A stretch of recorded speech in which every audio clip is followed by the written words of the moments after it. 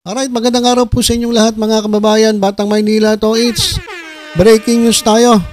Mga kababayan, breaking news. Ito pong nakikita nyo sa ating screen. Ang balita po mga kababayan ay nakakalap na po ng mahigit 150 votes mula sa miyembro ng Kamara de Representantes na pumapabor sa 3 impeachment complaints na inihain laban kay Vice President Sara Duterte. Ito ay may kinalaman sa umano'y questionableng paggastos ng 612 milyong halaga ng confidential funds ng Office of the Vice President o VP at Department of Education DepEd na dating pinamumunuan ni Duterte. Okay, matapos makakalap ng sapat na boto mula sa haning ng mga kongresista, isusumiti na ng liderato ng Kamara ang mga reklamo sa Senado para sa pagsisimula ng impeachment trial laban kay Duterte. Okay, kanina po ay nagpuntahan po ang ilang mga kongresista dyan po sa House of Representatives. Yung iba nga po ay pa magsalita eh. Pero itong si ACT Teachers Representative Franz Castro, siya po ay nakakuha ng impormasyon na ang House Majority ay magmi-meeting tungkol po sa impeachment complaints laban kay Vice President Sara Duterte. Kasi iba, tahimik lang, ayaw nilang magsalita. Pero mga kababayan, ito, pakinggan natin si Representative Franz Castro. Naghahanda yata ang majority doon sa represent mamaya about impeachment. So I have to verify pa nga kung ano yung impeachment complaint na yon. Is it 1, 2, or 3? May na rin kayo? Or 4? Or 4 naman. But the official who told you, yes, he or she has signed the impeachment. Hindi ko pa nakita. May narinig kayo ilang bilang na po? Yung Well, we're na-expect daw na makakuha yung 1/3. Which is? 103, pero nag-expect pa ng more than that. Okay. Hindi ko na muna sabihin yung final. Sige, ma'am. Okay, so ang kinakailangan mga kababayan, 103. Pero alam ko ang latest na ay nakakuha na sila ng 153. So more than 1/3 ng House of Representatives ang bumoto na i-impeach si Sara Duterte. Ito pa mga kababayan. Okay, dito po sa report ng ABS-CBN News, 12 minutes ago, ay naghahanda na po itong staff ng Senate, PRIB. At nagkaroon po sila ng briefing sa reporters. Kasi posible po na matanggap itong impeachment complaint laban kay Sara Duterte mamayang gabi, mga kababayan.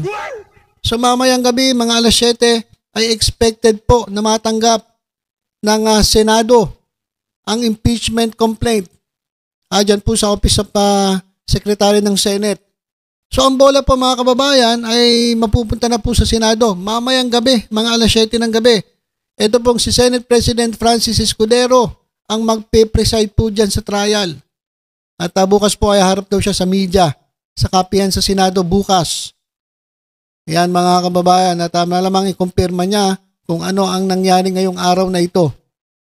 Ayan possible receipt of impeachment complaint against VP Sara Duterte expected tonight. Ayan mga kababayan. Kasi nga po approve na po sa sa House of Representatives 153. So sobra po ng 50 ang pumabor para ma-impeach si Sara Duterte. Ayan mga kababayan, yan po yung trending ngayon sa mga balita. Breaking news, inatasan ng Senate Secretary ang mga opisyal ng Senate Public Relations and Information Bureau. Ayan po yung SPRIB.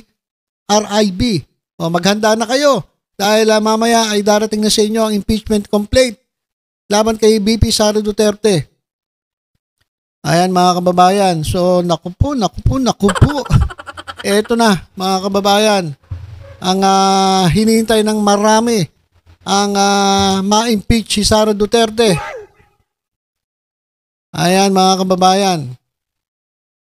I don't know if... Pakinggan natin ito mga kababayan, meron naman pong meron na mga nagsasabi na wala ring kwenta at hindi raw magkakaroon ng panahon para mag-focus sa impeachment. Pakinggan natin to si Gabriel Bordado Jr. Sa tingin ko wala na. Wala nang panahon para mag-focus pa dyan sa impeachment. I don't know if that can still be pursued. Pag bumalik kami sa June, 2 weeks pa yun, So, 6 na sessions pa yun. So, I don't know. I really cannot say what will happen in the succeeding days. Okay. Alam niyo mga kababayan, Kapag talagang gusto ay pwedeng mangyari. Kapag talagang gusto ng Kongreso, kahit maikli na lang yung panahon, matutuloy po yung impeachment. Wala po imposible sa kanila sa totoo lang Kapag gusto kang tanggalin, tatanggalin ka. At ngayon tingnan nyo, ang bilis mga kababayan, nagulat na lang tayo. O nagkaanuhan na pala, nagkabutuhan na. At 153 na yung pumabor sa impeachment ni Sara Duterte. O kaya nga mangyari, mamayang gabi, nandiyan na sa Senado. So mabilis. So yung impeachment, madali lang yan kasi hindi na po ito, kumbaga hindi na ito proseso ng ng marami pang etchos-etchas po ay proseso ng numero. Numbers game mga kababayan ito. Numbers game. Kanina pala nangyari, yung meeting ng House Leaders ay naging caucus po sa maraming membro ng chamber. Ang topic nila kanina, impeachment complaints against VP Sara Duterte. Ayan. Kaya maghanda-handa na ang mga reporter sa media. Kaya sabi ko nga po sa inyo walang imposible. Kapag minadali yan, walang imposible. Ito, mga senador na ang bola. Abangan na lang natin mga kababayan kung ano ang kalalabasan. Baka tuluyan na ngang ma-impeach si Sara Duterte mga kababayan bago mag-suspend, bago mag-eleksyon mga kababayan ngayon 2025. Kasi di ba magkakaroon ng parang masususpend ang Congress kasi 19 Congress. So after election ay yung 20th Congress. Pero sa tingin ko mga kababayan dahil sa nangyari, sa tingin ko bago mag 20th Congress ay may impeach na si Sara Duterte. So yun lang po ang ating ang breaking news. Abang-abang lang po tayo sa mga susunod pang mga update. Basta tutok-tutok lang po dito sa Batang Maynila to sa ibang balita.